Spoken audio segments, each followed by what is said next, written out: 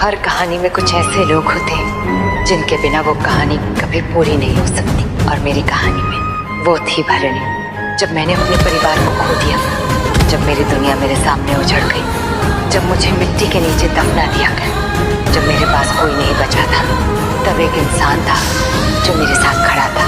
भरणी। ना वो मेरी बहन थी, ना मेरा खून, लेकिन कई रिश्ते खून से नहीं, दिल से बनते। और भरणी मेरे लिए वही रिश्ता थी। मैंने उसे पहली बार नागलोक में देखा था। उत्तरा माँ की सबसे विश्वास पात्र शिष्य, एक ऐसी नागिन जो शायद सबसे शक्तिशाली नहीं थी, लेकिन सबसे सच्ची जरूर थी।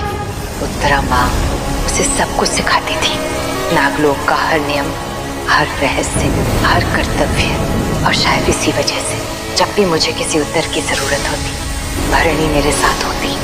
जब भी मैं किसी संकट में होती, भरणी मेरे साथ होती। जब भी मुझे सहारे की जरूरत होती, भरणी मेरे साथ होती।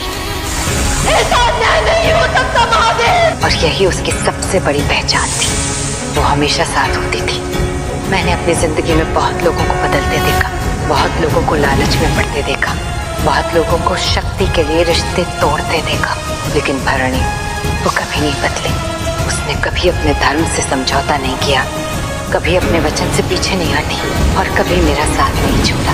उत्तरा माँ ने अपने अंतिम क्षणों में उससे कहा था, भरणी, नागरानी को कुछ नहीं होना चाहिए। और शायद उसी दिन उसने अपना पूरा जीवन उसे एक वचन को समर्पित कर दिया। मैंने उसे अपने लिए लड़ते देखा। नगीना नहीं, नागिन। वो जिंदा है, वो लौटेगी और महाकाल की तरह तेरा काल बनकर आएगी। अपने लिए खतरे उठाते देखा, अपने लिए गलत समझे जाते देखा, लेकिन मैंने उसे कभी शिकायत करते नहीं देखा।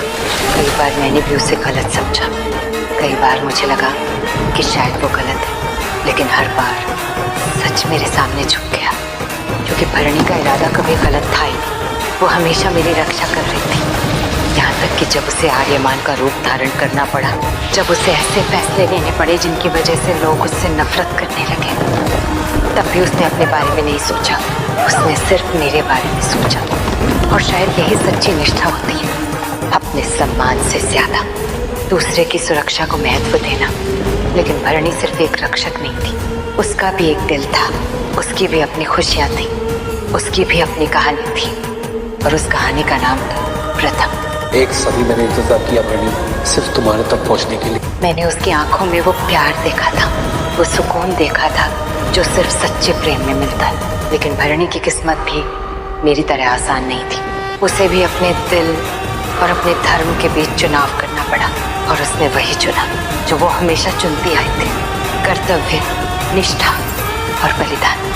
फिर वो दिन आया जिस दिन मुझे समझ आया कि मैं भरणी के लिए क्या थी, क्योंकि उस दिन उसने अपनी जान दे दी मेरे लिए, मेरी लड़ाई के लिए, मेरे भविष्य के लिए। उस पल मैंने सिर्फ अपनी साथी नहीं खोई थी, मैंने अपनी बहन खो दी थी, मैंने अपना परिवार खो दिया था। लेकिन मरने के बाद भी भरणी नहीं बदली। उसके अंतिम शब्द, कोई भूल चूक हुई हो तो माफ कर देना। वो अपने बारे में नहीं सोच रही थी, वो मेरे बारे में सोच रही थी। और शायद यही वजह है कि आज भी जब लोग मेरी कहानी याद करते हैं, तो मुझे उम्मीद है कि वो भरणी को भी याद करेंगे, क्योंकि मेरी जीत में जितना हिस्सा मेरा था, उतना ही उसका भी था। अगर मैंने अपना धर्म निभाया तो उसने अपनी निष्ठा निभाई, अगर मैंने युद्ध लड़ा तो उसने हर युद्ध में मेरा साथ दिया, अगर मैं नागरानी थी तो वो मेरी सबसे बड़ी शक्ति थी।